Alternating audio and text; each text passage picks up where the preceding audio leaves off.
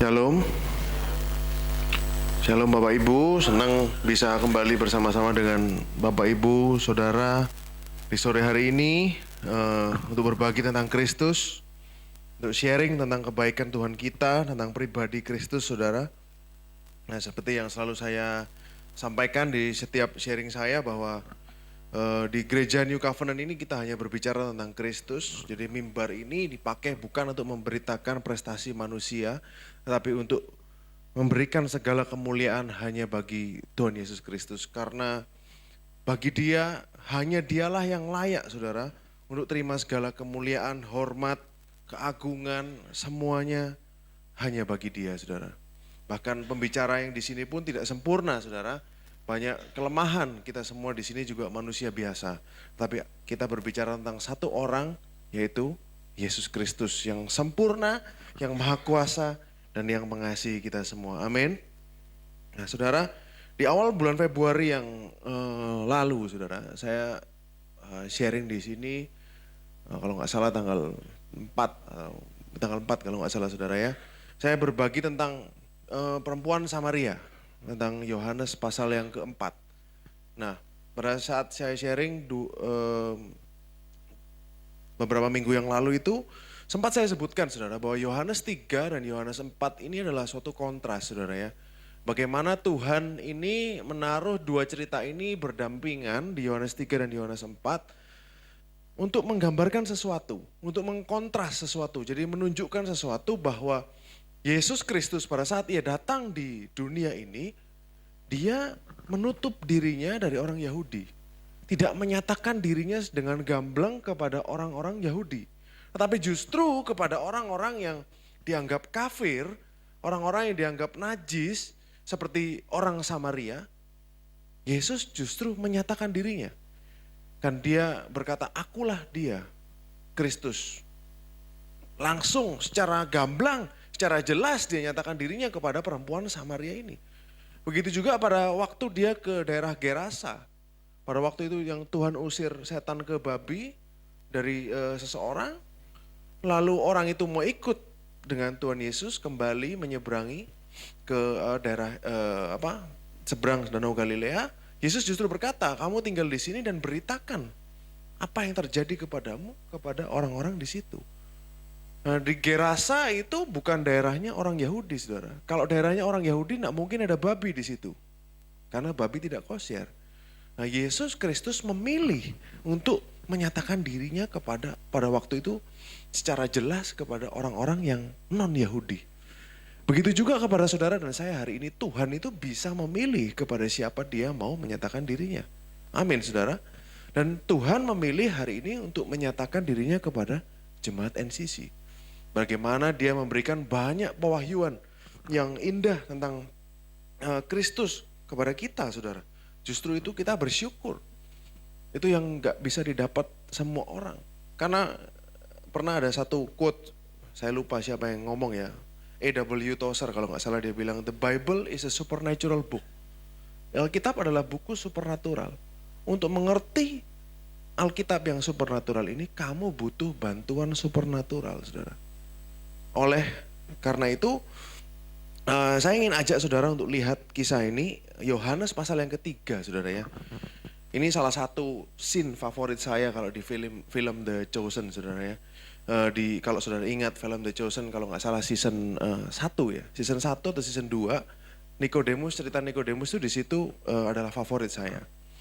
Nah, dikatakan seperti ini, Saudara. Adalah seorang Farisi yang bernama Nikodemus, seorang pemimpin agama Yahudi. Jadi statusnya dikasih tahu dulu, dia orang Farisi dan dia pemimpin. Berarti orang ini punya kedudukan, Saudara ya.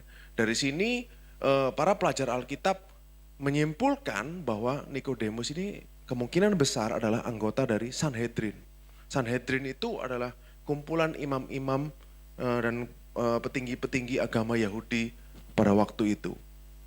Lalu ayat 2, ia datang pada waktu malam kepada Yesus dan berkata, Rabi, kami tahu bahwa engkau datang sebagai guru yang diutus Elohim. Sebab tidak ada seorang pun yang dapat mengadakan tanda-tanda yang engkau adakan itu jika Elohim tidak menyertainya. Wah, ini yang pertama, dia datang waktu malam. Jadi meskipun dia terasosiasi dengan Sanhedrin itu, dia punya status, punya pangkat, tapi dia punya hubungan yang mungkin dia takut dengan mereka, sehingga dia harus menemui Yesus pada waktu malam, supaya tidak menimbulkan mungkin kontroversi atau supaya nggak rame di Sanhedrin, saudara. Lalu dia sebut Yesus Rabi, dia menghargai apa yang dia tahu Yesus siapa, dia ada mulai percaya, makanya dia sebut Yesus Rabi, padahal dia sendiri adalah guru. Nah, lalu jawaban Yesus di ayat 3, kita lanjutkan. Yesus menjawab katanya, aku berkata kepadamu, sesungguhnya jika seorang tidak dilahirkan kembali, ia tidak dapat melihat kerajaan Elohim. Bingung dia, saudara ya, pasti saudara. Ayat 4, kata Nikodemus kepadanya, bagaimana mungkin seorang dilahirkan kalau ia sudah tua? Dapatkah ia masuk kembali ke dalam rahim ibunya dan dilahirkan lagi? Saudara bayangkan, saudara jadi dia, saudara ya, dia udah berumur. Ibaratnya dalam agama Yahudi itu ada siklus-siklus kehidupan. Di kitab Yosefus pun menulis seperti itu. Jadi ada stage, ada level-level kehidupan yang mereka lewati. Dan Nikodemus ini sudah berada di puncak.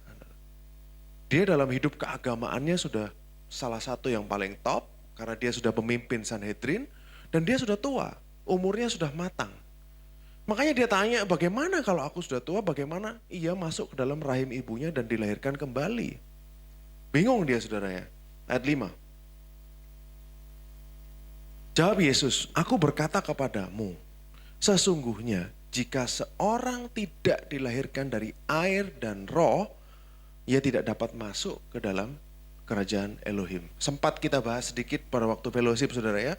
Jadi dilahirkan oleh air itu kelahiran natural, dari air ketuban, lalu dilahirkan secara roh ini adalah dilahirkan yang baru, new birth, kelahiran yang baru.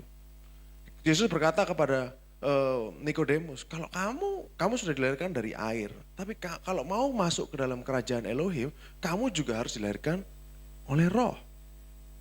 Nah, ayat 6. Apa yang dilahirkan dari daging adalah daging. Apa yang dilahirkan dari roh adalah roh.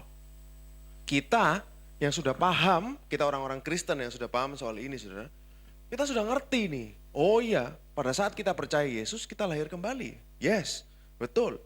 Oleh karena itu, saudara lahir kembali, saudara bukan dilahirkan dari air lagi, tetapi saudara pada saat saudara percaya Yesus, saudara dilahirkan dari roh. Oleh karena itu, saudara sekarang adalah manusia roh. Nah jelas, saudara, bagi dia. Saudara pakai kacamatanya Nikodemus pada waktu itu. Bingung dia, saudara, bagaimana maksudnya kelahiran oleh roh. Nah, lalu ayat selanjutnya, jangan engkau heran karena aku berkata kepadamu, kamu harus dilahirkan kembali. 8. Angin bertiup kemana ia mau. Engkau mendengar bunyinya, tapi engkau tidak tahu dari mana ia datang dan kemana ia pergi. Demikian halnya dengan tiap-tiap orang yang lahir dari roh. Apa yang Yesus maksud di sini adalah dia sedang menjelaskan kepada Nikodemus bahwa roh ini sesuatu yang dilahirkan, konsep new birth atau kelahiran oleh roh ini, roh Tuhan ini tidak bisa kamu lihat, tidak bisa kamu kontrol, tidak bisa kamu logika. Ini adalah force-nya Tuhan, adalah kekuatannya Tuhan yang hanya patuh kepada Tuhan saja. Seperti angin, saudara. Diarahkan kemanapun Tuhan mau.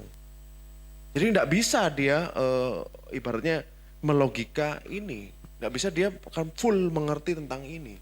Karena kekuatan roh itu adalah kekuatannya Tuhan sendiri. Sampai di sini paham, saudara ya. Jadi dia mengibaratkan roh itu seperti angin itu. Nah, lalu kita lanjut ayat 9, saudara. Nikodemus menjawab katanya, bagaimana mungkin hal itu terjadi? Bagaimana caranya Tuhan? Ayat 10, jawab Yesus, engkau adalah pengajar Israel dan engkau tidak mengerti hal-hal itu? Apa yang sedang Yesus katakan kepada Nikodemus adalah dia sedang mempertanyakan hubungannya dengan Sanhedrin. Kamu ini anggota Sanhedrin, tapi kamu tidak ngerti tentang hal itu. Sekaligus dia menantang Sanhedrin. Sebenarnya dalam tanda kutip Tuhan sedang menantang. Bagaimana sih pemimpinnya agama Yahudi ini kok nggak ngerti soal ini? Ya seakan-akan sebuah tantangan, otoritas. Kan otoritas tertinggi agama Yahudi ada di Sanhedrin. Tapi sebenarnya yang lebih tinggi dari mereka kan adalah Yesus. Oleh karena itu Yesus bilang seperti itu. Lalu di ayat 11 ya. Aku berkata kepadamu, sesungguhnya kami berkata-kata tentang apa yang kami ketahui. Dan kami bersaksi tentang apa yang kami lihat. Tetapi kamu tidak menerima kesaksian kami. Saudara, kalau saudara lihat di sini, kalau saudara teliti, saudara lihat, ini Yesus bicara tentang siapa? Kami yang dia maksud ini siapa, saudara? Kenapa tiba-tiba dia bilang kami? Kalau kita lihat di King James Version, boleh dibuka terjemahan King James ya. Kata-kata kami ini ditandai dengan huruf besar. We. Jadi tiba-tiba Tuhan ngomong soal Trinitas di sini. Siapa? Ya mungkin dia dengan Bapa atau dia dengan Roh Kudus, tetapi ada dua lebih figur. Padahal yang ngomong cuma Yesus satu. Kenapa Tuhan tiba-tiba seperti ini? Jadi ini juga saya baru dapat, saudara ya. Saya prepare ini baru tadi pagi, saya juga tahu, oh iya, kenapa ya kok Tuhan bilang kami? Ternyata itu referensi tentang dia dan Roh Kudus itu dan Bapa. Tentang Trinitas di sini. Kita berbicara apa yang kita tahu, kita bersaksi apa yang kita lihat, tapi kamu tidak menerima kesaksian kami. Kalau saudara ingat sebulan lalu, saya cerita di sini bahwa kitab Yohanes ini seperti sebuah persidangan. Ada saksi, ada hakimnya, saudara. Nah, makanya saudara dalam kitab Yohanes, saudara akan temukan banyak kata-kata tentang saksi, dan saksi. Di fellowship pernah kita bahas. Nah ini juga contohnya lagi di sini, saudara. Bahwa ini sebuah persidangan. Dan saksinya adalah Tritunggal itu sendiri. Nah, lalu lanjut ayat 12. Kamu tidak percaya waktu aku. Nah, akhirnya aku lagi, saudara ya. Lanjutnya dia bukan bilang we, tidak bilang kami lagi, tapi dia bilang aku. Kamu tidak percaya waktu aku berkata-kata dengan kamu tentang hal-hal duniawi. Bagaimana kamu akan percaya kalau aku berkata-kata dengan kamu tentang hal-hal surgawi? Ayat 13. Nah ini saudara menarik. Tidak ada seorang pun yang telah naik ke surga selain daripada dia yang telah turun dari surga, yaitu siapa? Anak manusia. Yesus berbicara tentang apa di sini, saudara? Setiap kali saudara lihat kata-kata yang mungkin ditanda kutip atau kata-kata yang ibaratnya ada spesial yang aneh sepertinya tidak ada di situ, saudara harus baca di perjanjian lamanya itu ngomong soal apa. Kita ini karena ini adalah kutipan atau maksud Yesus ini referensinya ke perjanjian lama di Daniel 7 ayat 13 sampai 14. Tentang figur misterius anak manusia ini, saudara. Kalau kita baca di Daniel 7, ini ada nubuatan, waktu itu Daniel tuh dapat penglihatan, saudara ya. Dia lihat sesosok figur yang dia sebut anak manusia. Nah dikatakan seperti ini, aku terus melihat dalam penglihatan malam itu, tampak datang dengan awan-awan dari langit seorang seperti anak manusia. Datanglah ia kepada yang lanjut usianya dan ia dibawa ke hadapannya. Kalau dalam bahasa Inggris itu lebih bagus, saudara ya. Dikatakan dia come up, dia naik kepada ini, saudara. I was watching the night vision, behold one like the son of man. Ada satu figur seperti son of man coming with the cloud of heaven. He came to the ancient of days. Dia datang kepada yang lanjut usia. Jadi Bapak ini ibaratnya Tuhan Yahweh ini disebut ancient of days. Jadi salah satu namanya dia adalah yang lanjut usia. Ibaratnya ancient of days itu yang umurnya udah lama banget dari dulu gitu, saudara ya. Dan dia membawa dia near before him. Mendekat kepadanya. 14. Lalu diberikan kepadanya kekuasaan dan kemuliaan. Dan kekuasaan sebagai raja. Maka orang-orang dari segala bangsa, suku bangsa, dan bahasa mengabdi padanya. Kekuasaannya ialah kekuasaan yang kekal. Yang tidak akan lenyap. Dan kerajaannya ialah kerajaan yang tidak akan musnah. Inilah yang Tuhan berikan kepada kepada anak manusia ini, saudara. Dan kekuasaannya ialah kekuasaan yang kekal. Jadi dia berbicara tentang Mesias Yesus Kristus itu sendiri. Nah, kalau sebagai pemuka agama Yahudi, saudara ya, pemuka agama Yahudi, anggota dari Sanhedrin, pasti dia akan tahu soal ini. Pasti di zaman Yesus itu banyak dibicarakan tentang anak manusia. Karena di buku Henok, saudara ya, di kitab Henok itu disebut juga tentang anak manusia. Banyak dibicarakan di 1 Henok pasal 48, 1 Henok pasal 69, itu banyak kutipan tentang anak manusia. Karena memang anak manusia ini figur yang ibaratnya ngetren pada zaman Yesus. Lalu Yesus berbicara soal ini, inilah yang ada di pikiran Nikodemus. Oh, berarti dia berbicara tentang Daniel 7 ayat 13 sampai 14. Boleh kembali ke ayat yang tadi? Tidak ada seorang pun yang telah naik ke surga, up to the heaven, selain daripada dia yang telah turun dari surga, yaitu anak manusia. Saudara tadi baca bahwa Son of Man itu dibawa ke depannya Ancient of Days, ke depannya Tuhan, anak manusia ini diangkat ke depannya Tuhan. Yesus ini sebenarnya tinggal cuman ngomong gini, dia naik, anak manusia naik ke hadapan Bapa, berarti dia pernah turun. Gitu loh. Ibaratnya ini yang Yesus ngomong, berarti kalau dia naik, berarti dia itu pernah turun ke surga dulu, baru dia naik. Berbicara tentang apa ini, saudara? Kenaikannya ke surga. Pada saat setelah Yesus mati, bangkit, lalu dia naik ke surga, dia datang ke hadapan Bapa dan semua kekuasaan itu diberikan kepada dia. Karena Bapa sangat puas dengan apa yang dia lakukan di bumi. Amin, saudara. Ini dia berbicara tentang kenaikannya sebenarnya dalam pemikiran awam, saudara. Nikodemus, saudara pakai kacamatanya Nikodemus dulu. Lupakan pengetahuan yang kita tahu dulu. Lihat dari kacamata Nikodemus. Oh, berarti dia akan naik ke surga nanti. Nikodemus pasti akan lihat itu karena dia taunya Daniel. Dia tidak punya pengetahuan kita. Ayat 14, boleh lanjut. Dan sama seperti Musa meninggikan ular di padang gurun, demikian juga anak manusia harus ditinggikan. Kita tahu ini sebagai perumpamaan tipologi dari kayu salib. Betul, saudara? Tapi Nikodemus nggak ngerti. Yesus belum naik di kayu salib, saudara.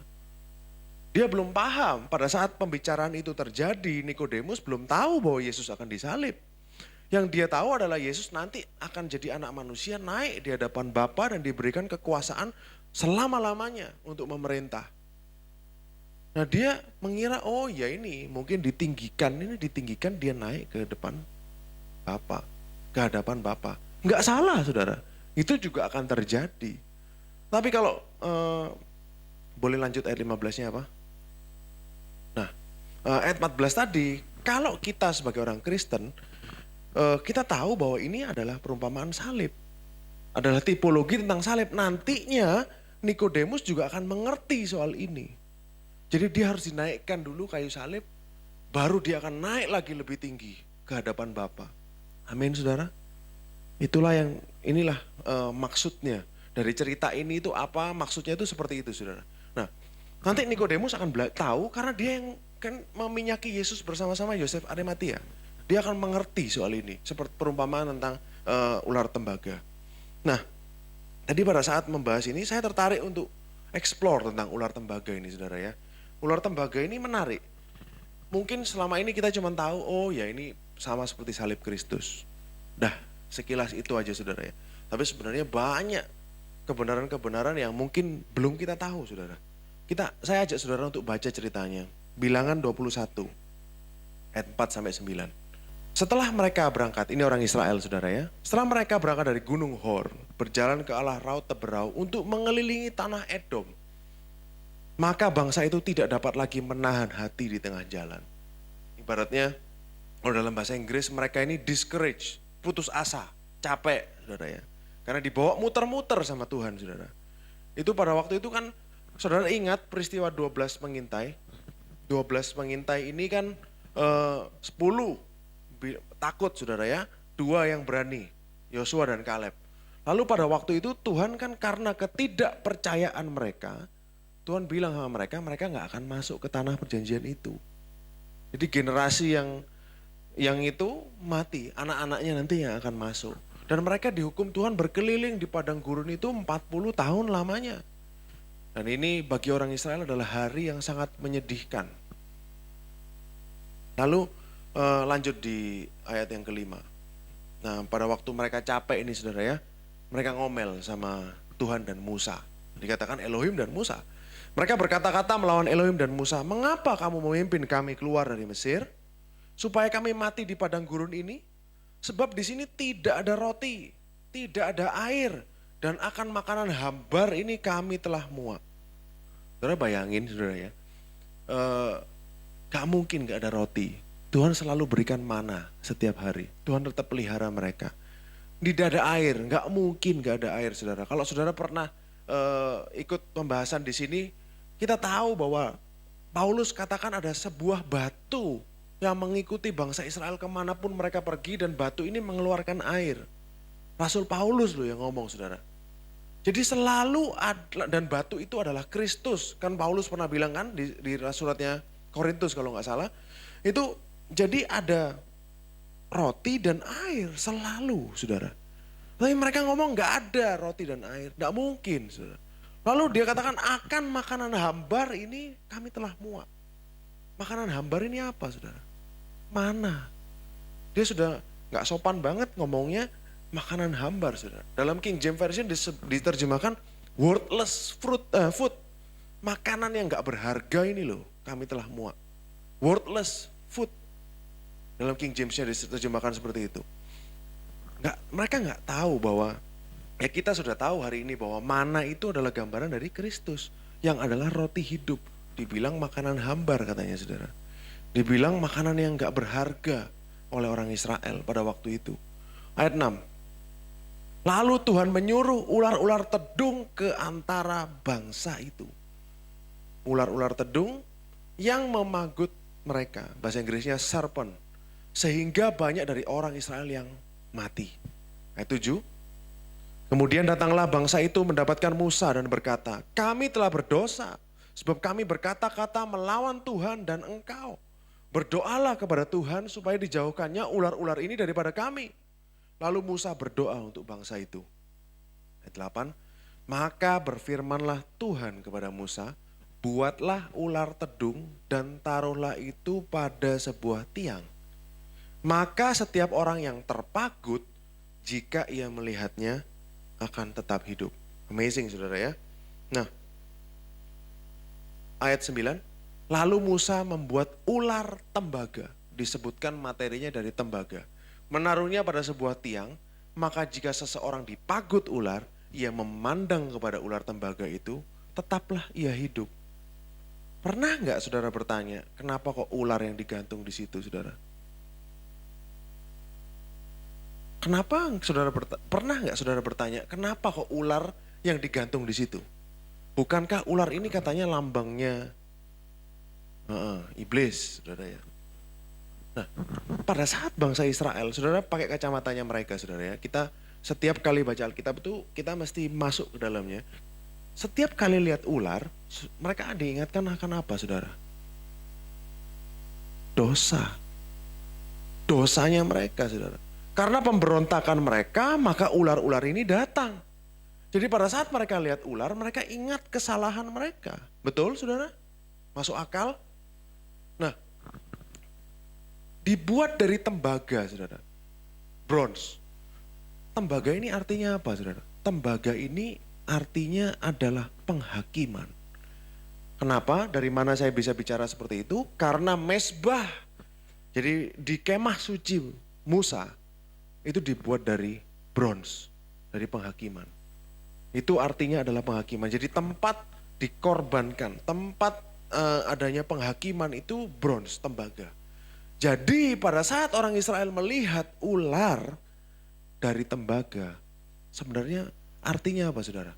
Mereka melihat dosa mereka dihakimi. Saudara bisa memahami sampai di sini? Dosa mereka dihakimi di atas tiang itu. Dosa itu ular, tembaga adalah penghakiman. Lalu 2 Korintus 5 ayat 21, ayat yang sangat terkenal yang kita sering baca. Dari sini kita bisa mengerti ayat ini saudara, dari perumpamaan ini. Dikatakan dia yang tidak mengenal dosa, Yesus, dibuatnya menjadi apa saudara? Dosa. Karena kita, supaya dalam dia kita itu dibenarkan saudara. Jadi pada waktu mereka melihat ke ular tembaga itu sama seperti kita lihat Kristus disalib. Pada saat kita lihat Kristus disalib, kita lihat dosa kita sudah dihakimi di situ. Dosa saudara dan saya sudah dihakimi di atas kayu salib di dalam tubuh Kristus. Ibaratnya Kristus ini orang yang baik, ya maksudnya ibaratnya dia ini adalah righteousness, dia adalah kebenaran. Dikatakan ini ya saudara ya di 2 Korintus 5. Yesus ini adalah righteousness, kebenarannya Tuhan. Dan kita ini adalah dosa. Dalam tubuh ini kita semua ini pabriknya dosa saudara. Sumber dosa. Benar saudara ya? Kita pabrik dosa, sumber dosa. Yesus dijadikan dosa itu sendiri. Makanya dikatakan dibuatnya menjadi, bukan berdosa loh saudara. Tapi Yesus dibuat menjadi dosa itu sendiri. Di atas kayu salib. Karena kita. Supaya, nah ini.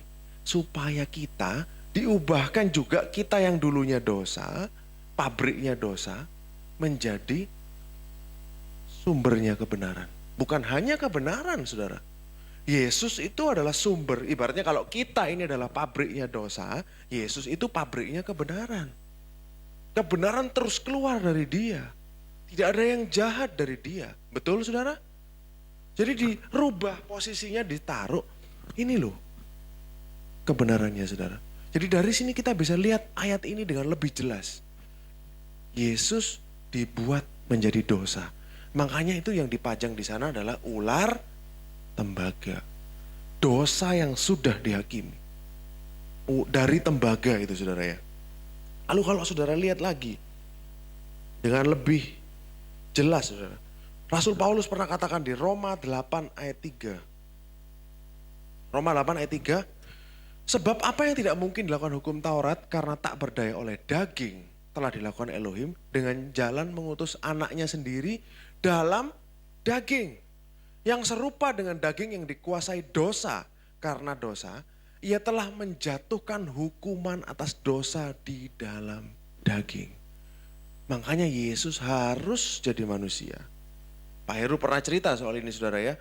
Jadi dia Tuhan itu menghakimi dosa ini di dalam tubuhnya Yesus Kristus. Kita mesti tahu ini saudara supaya saudara tahu status saudara sekarang. Saudara bukan lagi pabrik dosa. Saudara adalah pabrik kebenaran. Saudara sumber kebenaran. Saudara. Bukan sumber dosa lagi. Saudara. Kita ini statusnya sudah berbeda sejak apa yang Tuhan Yesus lakukan di atas kayu salib. Oleh karena itu, kalau saudara lihat, apa yang harus mereka lakukan untuk dibebaskan? Apa yang harus orang Israel lakukan? Look, lihat. Mereka cuma disuruh lihat kepada Kristus. Lihat kepada salib itu. Maka kamu itu akan disembuhkan. Dia yang harusnya mati, lihat kepada salib itu, dia jadi hidup. Makanya kata-katanya kalau detail di bilangan tadi dia katakan, you will live, kamu akan hidup, bukan kamu akan sembuh. Saudara. Harusnya kan kamu akan sembuh. Tetapi di situ ditulisnya you will live. Mereka akan hidup kalau mereka lihat ular tembaga itu. Jadi ini bukan sekedar jadi ada maksud dari segala sesuatu yang tertulis di Alkitab saudara ya. Ada maksudnya. Saudara bayangkan saudara, tipologi ini begitu indah. Begitu indah. Makanya kita di New Covenant Church kita selalu arahkan untuk lihat kepada Kristus. Lihat kepada Kristus. Ada dasarnya saudara. Seperti di kejadian ular tembaga ini. Saudara butuh provisi, penyediaan apapun. Saudara butuh kesembuhan. Saudara butuh berkat. Saudara butuh hikmat. Lihat kepada salib Kristus. Karena Rasul Paulus katakan di Roma 8 ayat 32. Roma 8 ayat 32. Ia yang tidak menyayangkan anaknya sendiri. Kalau anaknya aja diberikan. Tetapi yang menyerahkannya bagi kita semua. Anaknya yang paling dia sayangi, anaknya satu-satunya. diberikan kepada kita semua, mati untuk saudara dan saya, bagaimana mungkin ia tidak mengaruniakan segala sesuatu kepada kita? Kalau anaknya aja diberikan, masa yang lain-lain tidak diberikan? Amin. Tapi ada satu yang sering lupa dibaca, saudara, dari bersama-sama dengan Dia. Jadi segala sesuatu itu yang saudara butuhkan, provisi yang saudara butuhkan, kesembuhan yang saudara butuhkan, berkat finansial, hikmat, damai sejahtera dalam rumah tangga saudara, itu datangnya bersama-sama dengan Yesus. Saudara bisa nangkap di sini saudara ya. Ini yang sering lupa diceritakan. Segala sesuatu itu datangnya bersama-sama dengan Kristus. Amin saudara. Jadi Yesus itu memang adalah sumber segala sesuatu. Dia adalah pusat dari segala sesuatu. Saudara butuh apapun, saudara mengalami masalah apapun dalam dunia ini, solusinya satu, Yesus. Sudah. Gak usah panjang-panjang lebar, A, B, C harus ke sini, harus ke sini, harus ke situ, harus lakukan ini. Gak ada solusinya, saudara. Satu, Yesus Kristus. Saudara bisa nangkap ya, saudara. Lalu ada satu lagi yang indah, saudara. Kayu salib adalah simbol dari kematian. Simbol dari kutukan. Simbol dari segala sesuatu yang buruk, hukuman, malu. Tapi Tuhan ubahkan menjadi sumber kehidupan. Sama seperti yang dilakukan di ular tembaga. Ular ini adalah sumber kematian, diubahkan oleh Tuhan menjadi sumber kehidupan. Dengan ular tembaga ini, yang lihat dia jadi hidup. Yang dipagutkan mati saudara. Yang lihat ini ular tembaga ini hidup. Jadi sesuatu yang buruk dirubahkan menjadi sesuatu yang baik. Sumber kematian diubahkan Tuhan menjadi sumber kehidupan. Amin saudara. Lalu ada satu lagi yang menarik saudara dari sini. Saudara bayangkan saudara ya. Jadi mereka ini sudah dipagut ular. Ular yang mematikan apanya? Poison, bisa. Betul sekali. Bisanya ini sudah masuk, sudah merasuk ke sini, sudah masuk pembuluh darah, sudah jalan. Kan dia mengalir di sini saudara ya. Makanya kalau sampai diamputasi atau apa itu kan, menahan bisanya supaya nggak mengalir. Bagaimana bisa cuman lihat bisa di dalam tubuhnya hilang? Gak ada logikanya ini saudara. Bagaimana dengan cuman lihat semua racun di dalam tubuh ini hilang? Bukankah kita juga seperti itu saudara?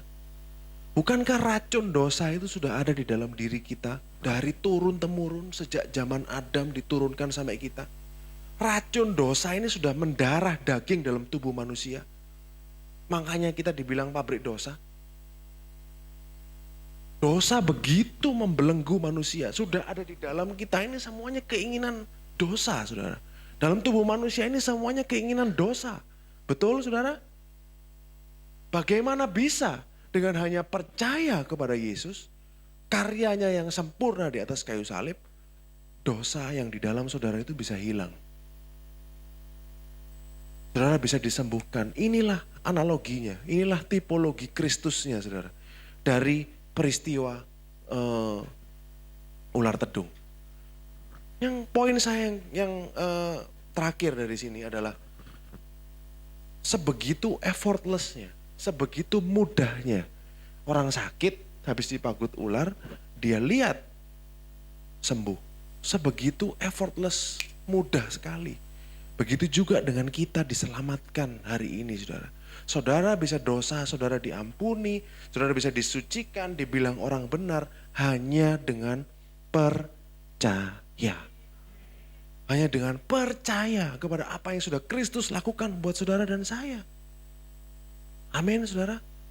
Makanya Yesus katakan di kelanjutan pembicaraan dengan Nikodemus, boleh dibaca tadi ayat 15 ya. Supaya setiap orang yang percaya kepadanya, tadi kan dia bilang apa? Ayat 14 boleh balik sebentar. Ayat 14, dan sama seperti Musa meninggikan ular di padang gurun, demikian juga anak manusia harus ditinggikan. Kita tahu ini maksudnya adalah salib sekarang. Ayat 15. Supaya apa saudara? Setiap orang yang percaya. Jadi dia memparalelkan, Yesus menyamakan, lihat kepada ular tembaga itu dan sembuh atau dan hidup. Sama seperti percaya kepada karya Yesus di atas kayu salib. Dalam sekali pembicaraan ini saudara. Kalau saudara gali firman Tuhan itu saudara akan menemukan kehidupan terpancar darinya. Dikatakan setiap orang yang percaya kepadanya beroleh hidup yang kekal. Ayat 16. Ini yang sangat famous. Karena begitu besar kasih Elohim akan dunia ini sehingga ia telah mengaruniakan anaknya yang tunggal supaya setiap orang yang percaya kepadanya tidak binasa melainkan beroleh hidup yang kekal. Amin. Ayat 17. Sebab Elohim mengutus anaknya ke dalam dunia bukan untuk menghakimi dunia, melainkan menyelamatkannya oleh dia. Nikodemus gak ngerti saudara. Kalau saudara pakai kacamata orang Kristen hari ini, jemaat kasih karunia pasti ngerti. Tapi Nikodemus bingung saudara, dia pasti gak ngerti. Dia pasti beranggapannya bahwa ini semua tentang pemerintahan anak manusia nanti. Di Daniel 7, itu yang dia nangkapnya sampai situ. Ayat 18, yang terakhir. Barang siapa percaya kepadanya, ia tidak akan dihukum. Barang siapa tidak percaya, ia telah berada di bawah hukuman. Sebab ia tidak percaya dalam nama anak tunggal Elohim. Bagi kita, orang-orang yang sudah diselamatkan oleh kasih karunia, resepnya cuma satu saudara. Percaya. Kalau saudara ingat 12 pengintai yang 10 pengintai. Dan semua generasi yang tidak bisa masuk ke tanah perjanjian. Karena apa sih saudara?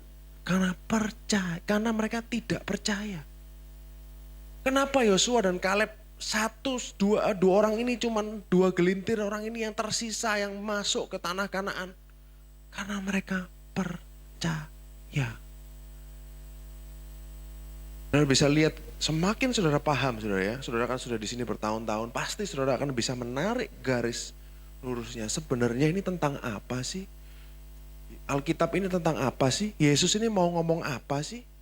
Dia cuma mau kita ini percaya sama dia. Segampang itu saudara, sesimpel itu. Jangan membuat ruwet, membuat rumit apa yang Tuhan sudah buat simple. Saya belajar dari Pastor Josh dulu itu, selalu dia ngomong gitu. Jangan membuat rumit apa yang Tuhan bikin sederhana. Apa yang Tuhan bikin mudah. Dan dia sudah buat semuanya mudah buat kita. Agama yang membuat, tradisi yang membuat semuanya menjadi lebih sulit. Betul saudara? Amin, saya harap saudara diberkati. Tapi sebelum kita selesai di sini saudara, saya ingin ajak saudara untuk lihat beberapa huruf Ibrani yang berhubungan dengan cerita ular tembaga. Boleh dibuka yang pertama. Nahas, artinya ular, serpent.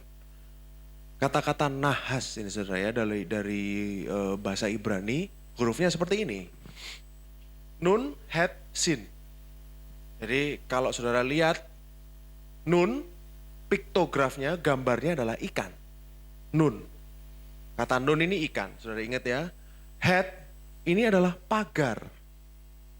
Oke, het ini pagar yang tengah. Yang terakhir, sin, ini biasanya mereferensikan Tuhan, El Shaddai. El Shaddai itu pakai kata-kata sin, saudara ya. Jadi sin ini. Ikan itu melambangkan siapa saudara? Orang manusia. Makanya Petrus pada waktu dia ketemu Tuhan Yesus disuruh jadi penjala manusia, bukan penjala ikan. Dia dari penjala ikan disuruh jadi penjala manusia. Berarti kan ikan ini disamakan dengan manusia. Makanya orang-orang percaya pada waktu zaman awal gereja mula-mula lambangnya ikan. Makanya The Chosen itu pakai lambang ikan. Nah, saudara tadi kan manusia, ikan ya. Terus head, pagar, lalu Tuhan. Lalu apa ini kata-katanya? Serpent, ular. Tadi kita bahas ular adalah dosa saudara. Berarti definisi dosa apa saudara? manusia yang terpisah dari Tuhan. Inilah definisi dari huruf Ibrani ya. Saudara bisa lihat, ini indah saudara. Jadi ular, dosa, setan itu maunya apa? Maunya supaya manusia ini terpisah dari Tuhan. Akibat dosa adalah perpisahan antara Tuhan dan manusia. Makanya di Yesaya 59 ayat 2, boleh kita baca bersama. Yesaya 59 ayat 2, tetapi yang merupakan pemisah antara kamu dan Elohim ialah segala kejahatanmu. Dan yang membuat dia menyembunyikan diri terhadap kamu sehingga ia tidak mendengar ialah segala dosamu. Ini dulu sebelum adanya Yesus. Lalu lanjut huruf yang kedua, nasak. Artinya nasak ini artinya gigitan ular, bite, dipagut ular, nasak ini saudara ya. Hurufnya sama, saudara tahu tadi hurufnya dari Ibrani dari kanan ke kiri saudara ya. Nun, sin sama kaf. Nasak ini gigitan saudara ya. Artinya apa? Gigitan ular atau saudara dalam bahasa Ibrani diibaratkan sebagai, lucu ini saudara, sebagai bunga. Jadi kalau pinjem uang ada bunganya, itu seperti gigitan ular. Ini gambaran dalam bahasa Ibrani. Orang Ibrani, bahasa Ibrani adalah bahasa yang sangat konkret saudara ya. Nah artinya apa saudara? Nun, sin sama kaf. Jadi ikan, Tuhan, lalu kaf. Kaf ini kalau dalam bahasa Ibraninya artinya adalah sesuatu yang terjadi kepada kita. Kalau dia ditaruh di belakang, itu artinya sesuatu yang terjadi kepada kita atau sesuatu yang adalah milikmu. Tapi kalau kita lihat dari hurufnya saudara ya, kita lihat dari gambaran hurufnya, artinya seakan-akan kata kaf ini memunggungi, membelakangi Tuhan. Artinya apa saudara? Dari kata ini kita bisa simpulkan bahwa manusia kalau berpaling dari Tuhan digigit ular. Jadi mereka itu membelakangi, makanya dia membelakangi Tuhan, Tuhan dipunggungi di belakang sini, gak lihat kepada Tuhan, makanya dia kena gigitan ular. Ini arti dari bahasa Ibraninya saudara ya, dari huruf Ibraninya. Yang ketiga, ini menarik saudara. Nakohet. Yang ketiga nakohet. Kita sudah tahu semua hurufnya, kecuali yang terakhir saudara. Tadi apa? Nun, het, shin. Nun, het, shin. Lalu yang terakhir adalah taf. Kata nakohet ini artinya adalah tembaga. Yang tadi saya bilang adalah penghakiman. Jadi kata-kata tembaga ini gambarnya dari huruf Ibrani adalah nun, het, shin. Nun, het, shin apa saudara? Ular. Nah tadi kita lihat huruf pertama, nun, het, shin adalah nahes, ular. Lalu taf artinya apa? Kalau dalam bahasa Ibrani piktografnya taf itu adalah salib saudara. Jadi bronze ini kata-kata penghakiman, definisinya menurut huruf Ibrani adalah ular yang ditaruh di atas salib. Taf itu salib, tanda. Kalau saudara lihat piktografnya salib saudara. Jadi dia mengartikan, sekali lagi saya ulang saudara ya, bronze ini, tembaga ini kan artinya adalah penghakiman. Penghakiman itu apa? Ular yang ditaruh di atas kayu salib saudara. Ular yang sudah ditaruh di atas kayu salib. Penghakiman itu dijatuhkan pada ular atau dosa itu di atas kayu salib. Jadi semuanya ini menceritakan saudara. Seperti bercerita tentang cerita yang baru kita lihat ini. Nah yang terakhir yang 4. Neser. Neser ini kalau dalam bahasa Madura artinya kasihan ya. Tapi neser yang di sini artinya lain saudara. Nun, sin sama yang terakhir adalah res. Neser ini artinya adalah raja wali. Burung raja wali saudara ya. Kita lihat definisinya dari kitab Ibrani adalah nun, sin sama res. Nun itu tadi ikan, manusia. Shin adalah Tuhan. Lalu res adalah kepala. Jadi manusia menjadikan Tuhan sebagai kepala. Jadilah Raja Wali. Bisa dapat gambarannya saudara? Jadi definisi Raja Wali ini adalah manusia yang membuat Tuhan menjadi kepalanya. Jadi pemimpinnya yang berpegang pada Tuhan. Itulah Neser. Kenapa kok tiba-tiba membahas tentang Raja Wali? Nah, kita buka Yesaya 40 ayat 31. Yesaya 40 ayat 31. Tetapi orang-orang yang menantikan Tuhan mendapat kekuatan baru. Penggenapan ini kelihatan di hurufnya, saudara. Mereka seumpama Raja Wali yang naik terbang dengan kekuatan sayapnya. Mereka berlari dan tidak menjadi lesu. Mereka berjalan dan tidak menjadi lelah. Bagaimana caranya? Jadi Raja Wali, taruh Tuhan jadi kepalanya. Amin, saudara. Satu lagi, saudara. Raja Wali ini menggenapi sebenarnya di Mazmur 91 ayat 13. Mazmur 91. Singa dan ular tedung akan kau langkahi. Engkau akan menginjak anak singa dan ular naga. Boleh dibuka gambarnya, Dela? Jadi Raja Wali ini burung yang makannya ular, saudara. Jadi musuh kita itu akan menjadi makanan kita, akan kita injak pada saat kita membawa Yesus jadi kepala dalam hidup kita. Amin, saudara. Saudara bisa lihat perumpamaannya, saudara ya. Kenapa kok tiba-tiba ngomong Raja Wali? Ya karena Raja Wali ini adalah predatornya ular. Terima kasih, mari kita berdoa. Terima kasih Tuhan Yesus atas kebenaran firman-Mu. Terima kasih sekali lagi Engkau sudah menyatakan isi hati-Mu kepada kami, Tuhan. Kami berbicara tentang anak-Mu Yesus Kristus yang sudah mati buat kami di atas kayu salib untuk menebus semua dosa-dosa kami. Dia yang sudah dibuat menjadi dosa supaya kami menjadi kebenaran Bapa. Terjadi pertukaran ilahi di atas kayu salib itu, Tuhan. Di atas kayu salib itu kami melihat dosa kami sudah dihakimi di dalam tubuh Kristus. Terima kasih atas pengampunan-Mu, Tuhan. Terima kasih bahwa Engkau sudah hapuskan semua racun dosa dari dalam tubuh kami, dari dalam diri kami, Tuhan. Sehingga kami dapat dikatakan kami adalah orang-orang benar. Karena apa yang Kristus sudah lakukan di atas kayu salib. Semakin hari Tuhan buat jemaat NCC semakin sadar akan status mereka. Semakin kuat dalam identitas mereka. Sebagai anak yang dikasihi Tuhan. Sebagai orang-orang benarnya Tuhan. Dan di dalam hidup ini mereka akan mengalami kemenangan demi kemenangan. Terima kasih Tuhan, terima kasih. Saya selesai berbicara, Engkau yang terjemahkan lebih lagi Tuhan di dalam hati setiap umat-Mu. Terima kasih Tuhan, terus nyatakan revelation tentang kebaikan Tuhan, kebaikan Kristus, keindahannya kepada kami semua.